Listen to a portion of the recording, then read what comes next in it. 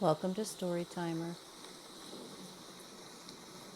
Katina Dawn Phillips. She was a New Year's baby, born on the 1st of January in 1975 to Mary Kathleen Davis and Jack Phillips. Her parents were divorced by 1986, but I cannot find the date of their divorce. Katina had been a student at Vale Elementary. She had earned her certificate that year for the most improved student.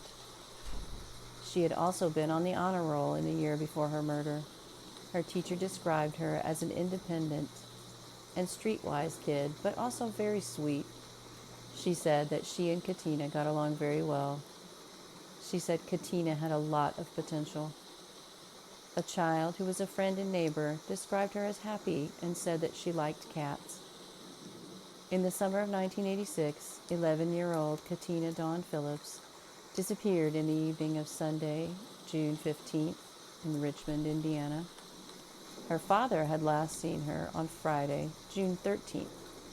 Her mother reported her missing on June 16, 1986. There was not a significant delay in reporting her missing. Her mother reported that she was seen twice since she disappeared, but had evaded them. Who exactly saw her and reported her evading them? Was it her mother? Was it a friend? How reliable are those sightings? Her mother said at the Rose Festival she dodged them, and a man grabbed her up, put her in a station wagon, and drove away. Who exactly said they saw her? Did they attempt to track down this car? Did they get a license plate number? Was this really Katina, or was this someone who merely looked like Katina? When exactly did this sighting take place? The Rose Festival began on Saturday, June 28, 1986, and various events took place through the July 4th weekend. Another sighting supposedly happened in front of a local bookstore. Again, it would help to know who saw her and when. Was this just a case of a child or children who closely resembled Katina? Both of her parents actively searched and participated in the investigation for Katina.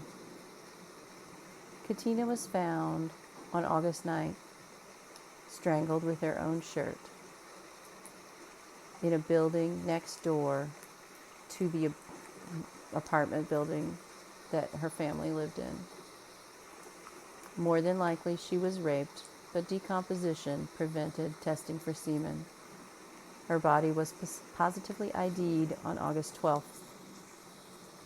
She was found in an abandoned building that was supposedly previously searched on June 16th by the police chief and another officer. This building was next door to her home. Both buildings are apartment buildings that were part of a complex, a block of apartment buildings that are identical. 2 months had gone by. No one had noticed a smell before then. Maybe not, as this building was completely unoccupied. Katina was found in an apartment on the second floor. Because she was on the second floor, I would imagine that this was where she was killed. It was reported in the paper that she had been dead for at least a month.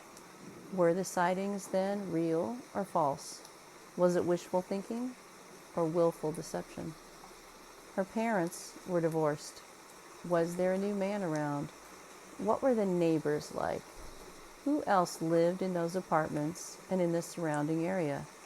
Who had access to this abandoned building? Was it locked, or were there broken windows and doors? Katina was found on August 9th and identified on the 12th. On the 13th of August, a newspaper put out an article about runaways and how little can be done, and they named Katina in the article. But Katina did not necessarily run away. She could have been murdered on the first night of her disappearance. The sightings might have been cases of mistaken identity. The article is very callous, but it shows the attitudes of people at the time.